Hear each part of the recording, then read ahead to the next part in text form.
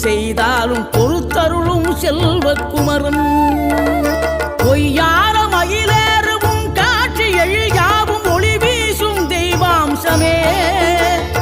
பொய்யான என் வாழ்க்கை புவி மீது நிலையாக அருள் செய்ய வர வேணுமே நீ அருள் செய்ய வர வேணுமே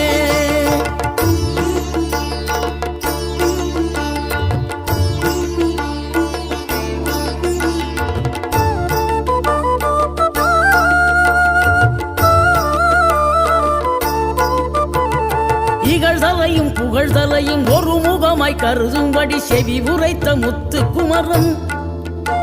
நீ வறுமையையும் வளமையையும் சமநிலையை உணரும்படி மதி கொடுத்த